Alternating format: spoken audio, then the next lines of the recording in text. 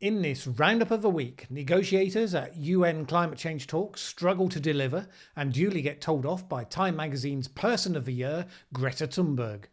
Europe signs up to a bold net zero carbon commitment but promptly falls out over nuclear power, and Britain's general election is over. What did we learn? My name is Mallen Baker. This is the Mallen Baker Show for Changemakers. At the time of shooting this video, it looked highly likely that the COP25 summit in Madrid would fail to achieve breakthrough measures on the Paris Agreement on climate change. To be fair, every single summit usually looks like it's teetering on the brink of failure right up until the very last minute, so from a distance it's hard to tell. However, the issues it's grappling with are the hardest problems that were left over from the original talks, and they were left over for a reason. On the one hand, you have Article 6, which I discussed in last week's video. Article 6 is all about whether you can have global emissions trading around countries' commitments that have been made in their Paris Agreement targets. But more than that, there's this other central question at the heart of discussions this fortnight, and it's the usual one. Who pays? If it's the rich countries that are responsible for all of the historical emissions, then they should pay something to help developing countries adapt to climate change and develop towards low carbon technologies. Framed like that, it's almost an unarguable principle. But the devil is in the detail, and in the hands of the campaigners, it's not always framed like that. What countries like the US fear is that they will be targeted for unlimited liability at the direction of would-be beneficiary countries. When lots of their home voters have been persuaded that climate change is predominantly all about a socialist plot to transfer wealth from rich to poor, this plays very strongly to that fear. At the centre of focus is something called the Warsaw International Mechanism for Loss and Damage, or WIM. Developing nations succeeded in getting a loss and damage element included in the Paris Agreement, but wealthy countries included a provision to limit its scope. It's one thing to have an agreed mechanism whereby rich nations agree to donate certain amounts to support poor nations. It's quite another to create a mechanism that could potentially escalate into unlimited legal liabilities, and that's sort of what some are angling for. And even though they're exiting the Paris Agreement next year, the US won't walk away to leave others to establish such a principle in their absence, which is why the US is angling to remain involved with the WIM mechanism even after it's left the Paris Agreement.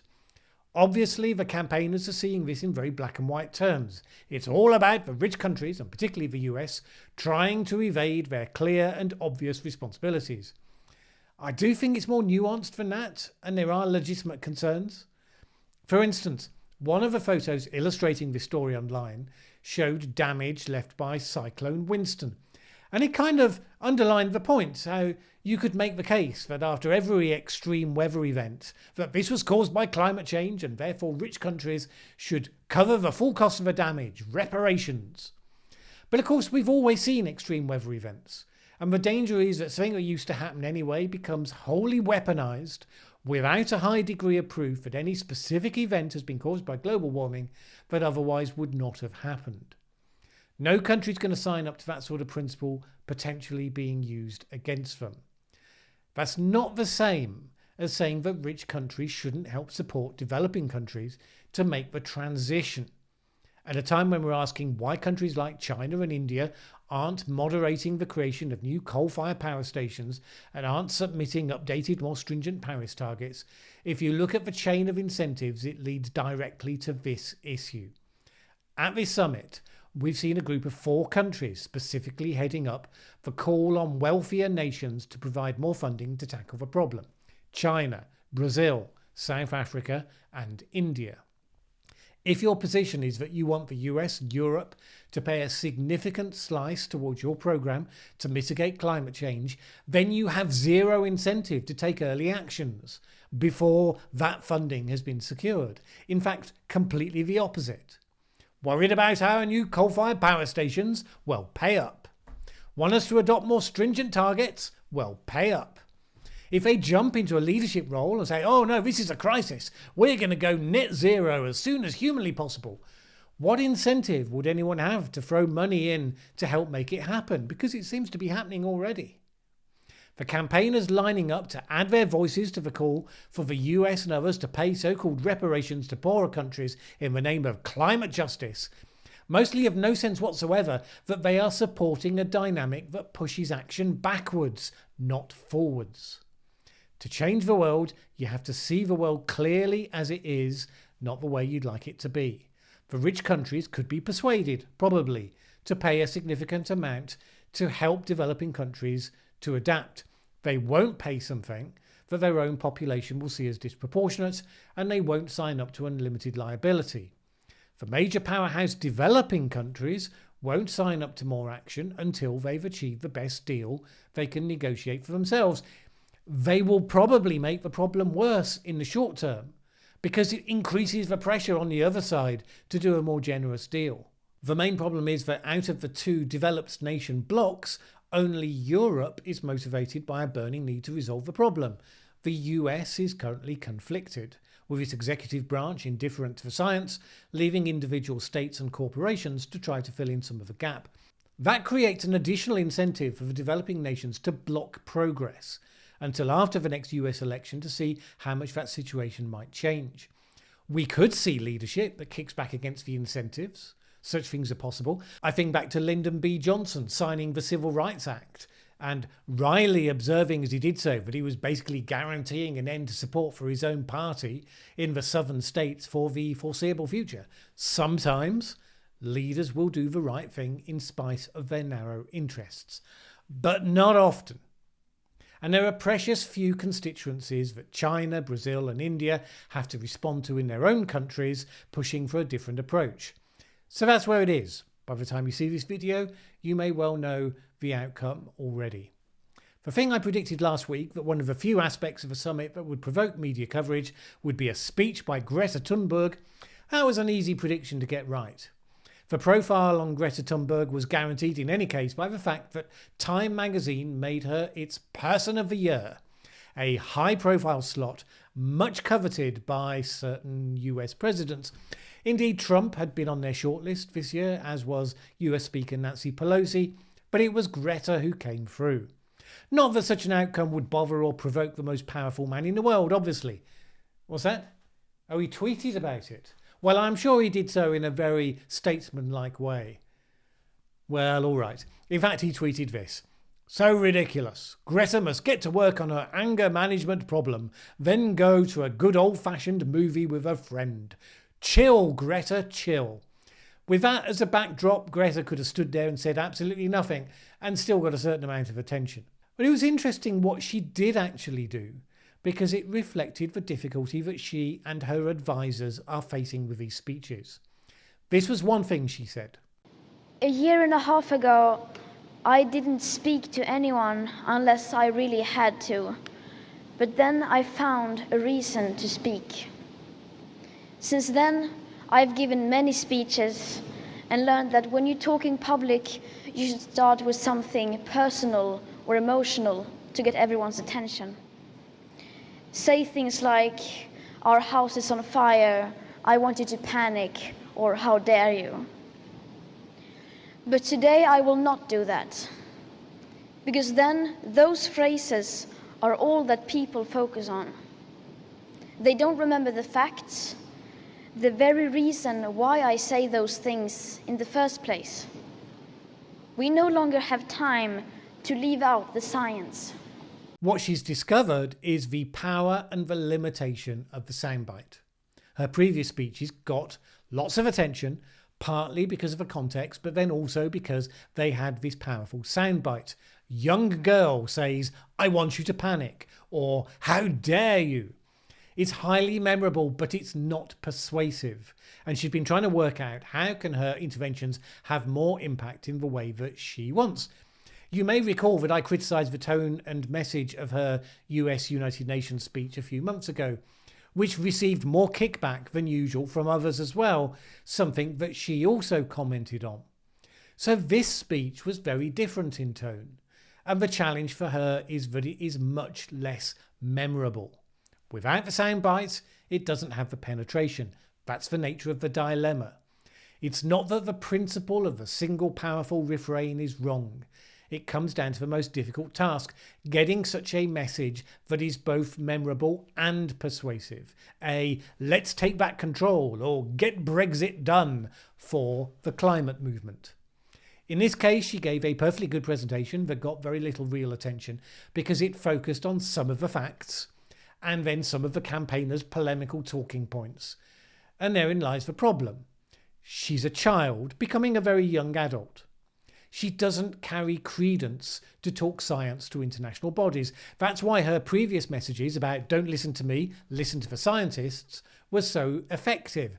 As a stakeholder to the process, she has a powerful voice, but as a political or scientific voice, she doesn't. Right now, she's condemned to playing a role that has an expiry date. When she's no longer a child, she loses the power to play that role. So between now and then, the search is on to understand and embrace a new angle or positioning that will become an effective next phase. Her speech this time, for its lack of remarkability, highlights how difficult this is. As one commentator in the US unkindly put it, if you've been Time Magazine Person of the Year at 16, you've reached your peak rather too early. Well, time will tell, as it were. Elsewhere, the European Union embraced climate action in a serious way by agreeing nearly a continent-wide commitment to net zero by 2050.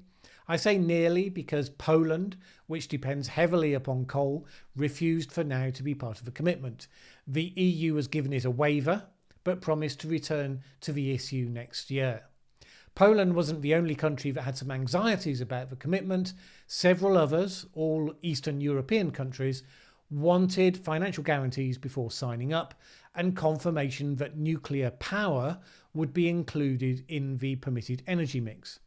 This then was the EU's newly revealed €100 billion European Green New Deal, which the European President Ursula von der Leyen said was Europe's man on the moon moment. The money will go to help those countries still heavily dependent on fossil fuels to move towards low or zero carbon alternatives. The nuclear part is quite important, since only a week ago nuclear was pushed out of the EU Green Finance Scheme. The European Greens, who are anti-nuclear, had pushed for a do no harm principle, which they said should and would exclude nuclear power from being part of a mix. And that meant, in that case, that nuclear couldn't qualify for green finance initiatives. However, that deal was blocked earlier this week by France, supported by the UK, and the various European Union countries, which have insisted that nuclear must be part of the mix. Compromises are now under discussion. We should hear more in the next week or two. On another topic, it's entirely possible that you missed this because there hasn't been much about it in the news, but the UK finally had its general election this week.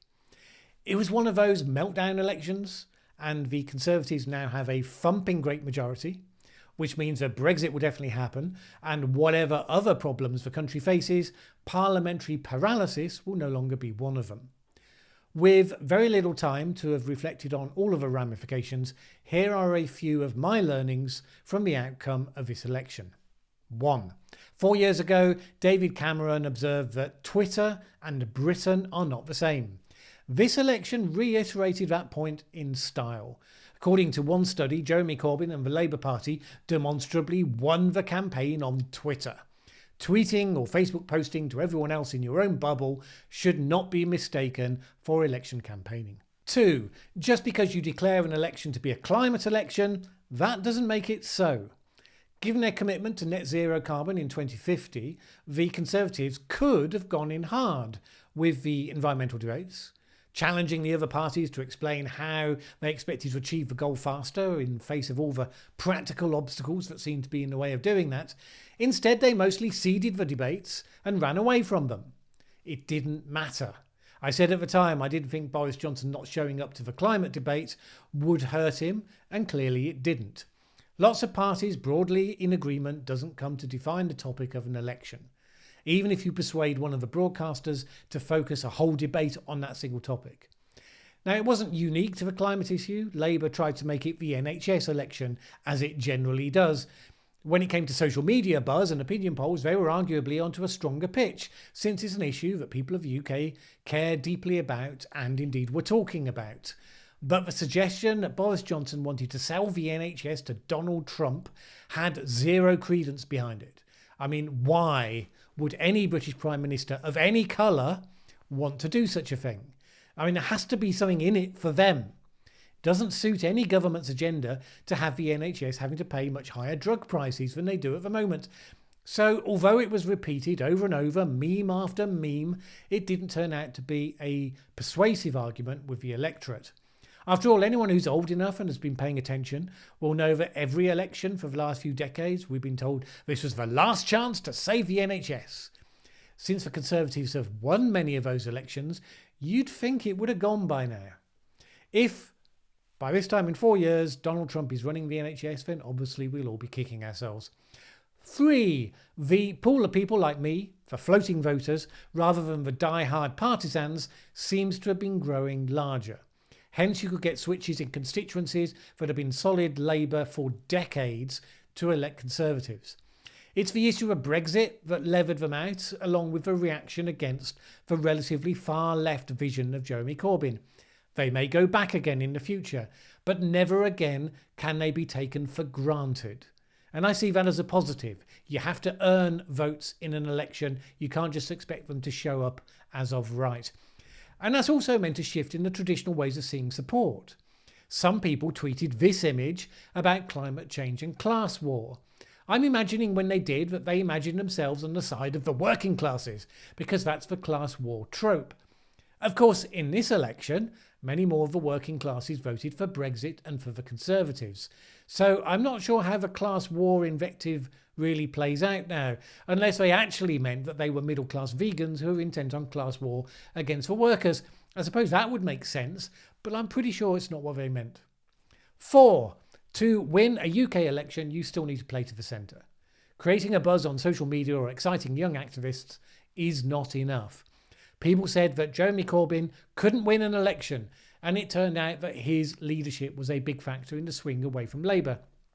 If they want to make a comeback, they have to find a way to move back to the centre ground. The question is whether the Labour activists will see the lesson or whether they'll filter the facts in line with their beliefs. Generally, activists do the latter. The Greens already did something similar. They won no new seats, but comfortably held on to the one that they already had. They declared that it had indeed been a climate election because their overall number of votes went up significantly across the country. Now, I don't blame any of the parties for holding on to whatever crumbs of comfort they can when they've had a defeat, but a party with one MP boasting about how they defined the election has low credence. If it was indeed a climate election, then failing to get even one more additional MP is a shocking indictment on your lack of credibility. More likely, it's simply what you'd expect. The Greens got a higher profile in the cross-party debates in this election than ever before. Their leaders, Sian Berry and Jonathan Bartley, performed reasonably well when they had those opportunities, which has not always been the case. Hence, they got more support roughly in line with that increased profile. 5. When it comes to election campaigns, the mainstream media are more than ever apparently just set about looking for gaffes that might blow up and have an impact on the campaign. Boris Johnson refusing interviews and refusing to look at photos thrust in front of him by journalists. It was all about one thing, the realisation that when you're an incumbent or way ahead in the polls, you have much more to lose than anyone else, and all of the others are trying desperately to trip you up. I found it fascinating seeing how deeply partisan friends of mine responded to the various set-piece interviews that took place. From where I was sitting, it seemed to me that many of them, journalists were simply going out of their way to be more rude, more interrupting, more focused on getting a headline than they were in teasing out the actual issues. Partisans agreed when it was their person being mauled, but they saw it quite differently when it was the other side. The Andrew Marr interview with Boris Johnson was probably the worst that I saw. My partisan friend said Johnson was bullying and blustering, but in actual fact, Marr asked a question and then constantly interrupted about 4 to 7 words into the answer. And the questions were mostly, but aren't you a total scoundrel type questions. And the most breathtaking moment was right at the end when the exchange went, are you afraid that Donald Trump is going to say something embarrassing? Well, I'm sorry, we're out of time. Well, let me answer the question. I'm sorry, we haven't got any time. And you were thinking, Well, why did you ask the question then? And of course the answer wasn't so much of a question as a statement, a final thought to be left with the viewer that didn't require an answer. This wasn't specifically a partisan thing by Ma. He was more pushy in the interview with Johnson, I think because by then they knew that this was likely to be the only BBC interview they were going to get with the Prime Minister, and therefore he tried to live up to the expectation that he would give him as hard a time as possible. But it was the same approach that they took with set-piece interviews with some of the leaders of the other parties. And it just leaves you with this general point. In a media environment, when every journalist is just trying to trip you up, the front runner is incentivized particularly to minimize exposure, to minimize risk, to treat every journalist like a snake poised to strike. In this election, Boris Johnson demonstrated you don't have to give in to the broadcasters' demands to do all the interviews, to do all of the debates. In the past, you could never get leaders' head-to-head debates at all because incumbents would refuse to do them point blank. It's by no means obvious that the experience of this election doesn't mean we might not end up back in that position next time around. Moan about it all you like, but this is a campaign dynamic, not something specific to one side. Incumbents of all colours used to play the same game. And that's because that's the incentive that's created when journalists try to create campaign shifting events rather than just reporting. Anyway, there it is. Whatever you think of the result, I did notice that the sun still shone this morning, the birds are still singing, and Christmas is nearly here, so you can focus on the joys of the message of peace to all mankind and celebrate the season with your family, probably trying not to talk politics over the turkey. Good luck with that. My name is Mallen Baker. This is the Mallen Baker Show.